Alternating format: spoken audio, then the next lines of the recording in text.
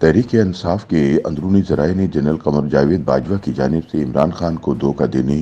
اور ان کے ساتھ ڈبل گیم کھیلنے کی تفصیل بے نقاب کرتے ہوئے انکشاف کیا ہے کہ سابق آرمی چیف اپنے وعدے کے مطابق نہ تو تحریک عدم اعتماد رکوا پائے اور نہ ہی قومی اسمبلی کو بحال ہونے سے روک سکے، حالانکہ انہوں نے اس حوالے سے خاص صاحب کو یقین دہانی کروائی تھی۔ یاد رہے کہ عمران خان نے ایک حالیہ انٹرویو میں جنرل باجوہ کو ایکسٹینشن دینے کے فیصلے کو اپنی زندگی کی سب سے بڑی غلطی قرار دیتے ہوئے کہا کہ میں معصومیت میں ان کی باتوں کا یقین کرتا رہا اور وہ میرے ساتھ ڈبل گیم کھیلتے ہوئے مجھے دھوکہ دیتے رہے۔ عمران نے یہ بھی کہا کہ انہیں نکالنے کا فیصلہ تب ہو گیا تھا جب فیض حمید کو DGISI کے عہدے سے ہٹا دیا گیا۔ عمران خان کی جانب سے جنرل باجوہ کی مبینہ ڈبل گیم کی تفصیل دیتے ہوئے تحریک انصاف کے اندرونی ذرائع نے بتایا کہ کپتان کے خلاف سازش کا آغاز تب ہوا جب نئے DGISI lieutenant general Nadeem Ahmed Anjum نے ایک ملاقات میں بلاول بھٹو اور شہباز شریف کو یقین دہانی کروائی کہ فوج سیاست میں مکمل طور پر نیوٹرل ہو چکی ہے۔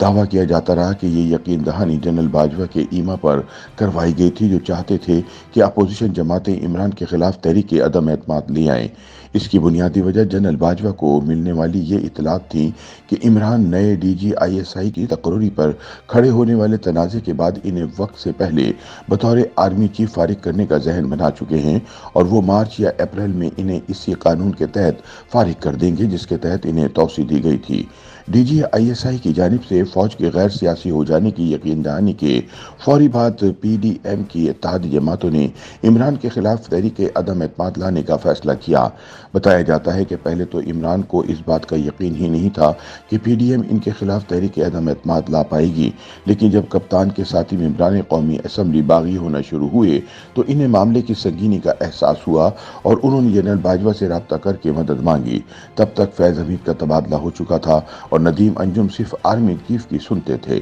تحریک انصاف کی اندرونی ذرائع کا دعویٰ ہے کہ جنرل باجوہ نے عمران کو یقین دہانی کروائی کہ ان کے خلاف تحریک عدم اعتماد نہیں آئے گی کیونکہ فوج جمہوریت کا تسلسل چاہتی ہے، لیکن جب عمران نے اس حوالے سے مداخلت کا تقاضا کیا تو آرمی چیف نے بتایا کہ ایسا ممکن نہیں کیونکہ فوج غیر سیاسی ہونے کا اعلان کر چکی ہے۔ ذرائع بتاتے ہیں کہ جب تحریک عدم اعتماد داخل کروائی گئی تو عمران نے دوبارہ آرمی چیف کو بنی گالہ بلا کر مدد مانگی اور گلہ کیا کہ ان کی جماعت کے باغی اراکین کو خفیہ ہاتھوں کی جانب سے PDM کی طرف دھکیلا جا رہا ہے۔ تاہم جنرل باجوہ نے اس تاثر کی تردید کی اور عمران خان کو تسلی دی کہ ان کے خلاف تحریک عدم اعتماد کسی صورت کامیاب نہیں ہوگی۔ باجوہ نے یہ بھی کہا کہ آج دن تک کوئی بھی وزیر اعظم تحریک عدم اعتماد کے ذریعے گھر نہیں گیا اور آپ بھی نہیں جائیں گے۔ ذرائع نے دعویٰ کیا کہ عمران نے ان باتوں کے بعد باجوہ کو درخواست کی کہ وہ PDM والوں سے ملاقات کر کے انہیں تحریک عدم اعتماد واپس لینے پر مجبور کریں۔ اس دوران معاملہ زیادہ سیریس ہو گیا جب PTI کے 20 اراکین اسمبلی نے بغاوت کرتے ہوئے باقاعدہ عمران کا ساتھ چھوڑنے کا اعلان کر دیا اور سندھ ہاؤس میں مقیم ہو گئے۔ اس کے بعد جب عمران کی 2 اتحادی جماعتوں نے بھی ان کا ساتھ چھوڑنے کا اعلان کیا تو انہیں اپنی حکومت گرتی ہوئی نظر آئی، چنانچہ انہوں نے باجوہ کو دوبارہ ملاقات کے لیے بنی گالہ بلایا اور ان سے مدد مانگی۔ جنرل باجوہ نے خان صاحب کو بتایا کہ اپوزیشن جماعتیں ان کے کہنے میں نہیں اور نہ ہی وہ سیاست میں دخل اندازی کر سکتے ہیں۔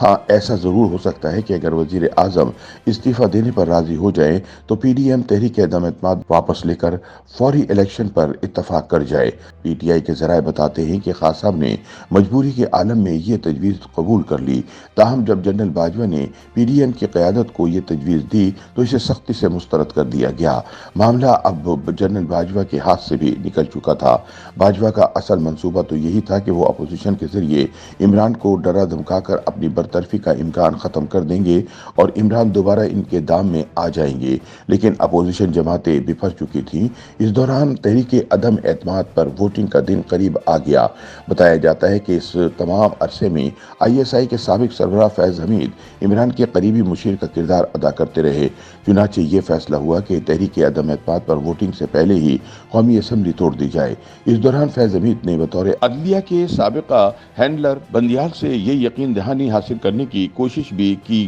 کہ قومی اسمبلی ٹوٹنے کی صورت میں اسے بحال نہیں کیا جائے گا۔ اس معاملے پر جنرل باجوہ اور جنرل فیض حمید دونوں مسلسل رابطے میں تھے۔ اس دوران 23 مارچ کو فوج کے بڑے کھانے کی تقریب میں جنرل باجوہ نے سابق اور موجودہ فوجی حضرات کے تحفظ کو ایڈریس کرتے ہوئے انہیں آف دی ریکارڈ یقین دہانی کروائی کہ عمران کے خلاف تحریک عدم اعتماد کسی بھی صورت کامیاب نہیں ہوگی۔ چنانچہ جب بار بار کی تاخیر کے بعد 3 اپریل 2022 کو عمران خان کے خلاف تحریک عدم اعتماد پر ووٹنگ کے لیے قومی اسمبلی کا اجلاس بلایا گیا تو قاسم سوری نے ووٹنگ سے پہلے ہی عدم اعتماد کی قرارداد کو غیر آئینی قرار دے کر مسترد کر دیا۔ اس کے فوری بعد عمران خان نے بطور وزیر اعظم صدر علوی کو قومی اسمبلی توڑنے کی ایڈوائز دی اور انہوں نے اس پر عمل کر دیا۔ اصل منصوبہ یہ تھا کہ قومی اسمبلی کو بحال نہیں ہونے دیا جائے گا اور معاملہ نئے الیکشن کی جانب لے جایا جائے گا۔ اس ایشو پر جنرل باجوہ اور عمران ایک ہی صفحے پر تھے۔ دوسری جانب سپریم کورٹ نے ڈپٹی اسپیکر کی جانب سے تحریک عدم اعتماد کو مسترد کرنے اور قومی اسمبلی توڑنے پر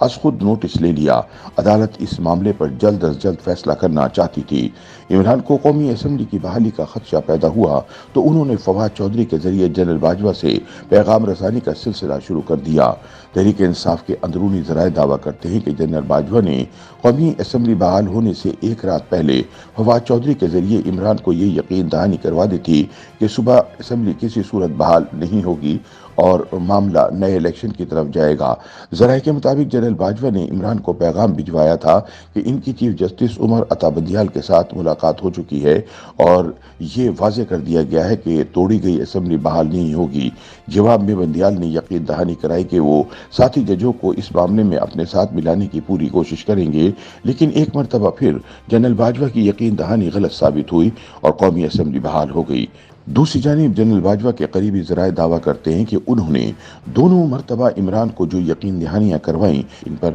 عمل درآمد کے لیے پورا زور لگایا گیا، لیکن معاملات ان کے ہاتھ سے نکل چکے تھے۔ پہلی بار اپوزیشن جماعتوں نے تحریک عدم اعتماد واپس لینے سے صاف انکار کر دیا اور دوسری مرتبہ بندیال کے ساتھی ججوں نے قومی اسمبلی بحال نہ کرنے سے انکار کر دیا۔ ان کا کہنا ہے کہ جنرل باجوہ نے تو 7 اپریل 2022 کی صبح تک بھرپور کوشش کی کہ قومی اسمبلی بحال نہ ہو، لیکن 5 رکنی بینچ کے 4 جج پہلے ہی اسمبلی بحالی کا ذہن بنا چکے تھے، کیونکہ ان کے خیال میں ڈپٹی اسپیکر کی رولنگ اور عمران کی صدر علوی کو دی گئی ایڈوائس دونوں مکمل طور پر غیر آئینی تھے۔ سپریم کورٹ نے نہ صرف عمران کو ان کے عہدے پر بحال کر دیا بلکہ ان کے خلاف تحریک عدم اعتماد پر ووٹنگ کا حکم بھی جاری کر دیا۔ خیال رہے کہ جسٹس بندیال نے قومی اسمبلی کی بحالی کا متفقہ فیصلہ جاری کرنے سے پہلے شہباز شریف اور بلاول بھٹو کو روسٹم پر بلا کر پنچایتی اسٹائل میں انہیں نئے الیکشن کے انعقاد پر آمادہ کرنے کی کوشش کی تاکہ قومی اسمبلی بحال نہ ہو، لیکن دونوں کا موقف تھا کہ یہاں معاملہ آئین شکنی کا ہے، لہٰذا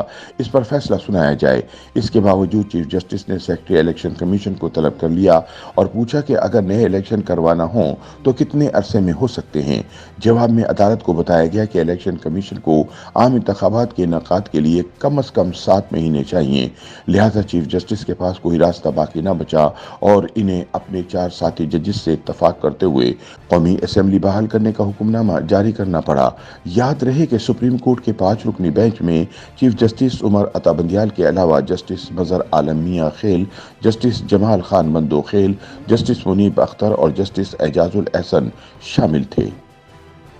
YouTube پر گوگلی نیوز دیکھنے کے لیے youtube.com کی سرچ بار میں googly news T V type کریں۔ گوگلی نیوز کے پیج پر سرخ رنگ کے سبسکرپشن والے بٹن پر کلک کرنا نہ بھولیے۔ YouTube پیج پر اپلوڈ ہونے والی ویڈیوز سے باخبر رہنے کے لیے بیل آئیکن پر کلک کیجیے۔ آپ کو ہر نئی ویڈیو کے بارے میں نوٹیفیکیشن موصول ہو جائے گا۔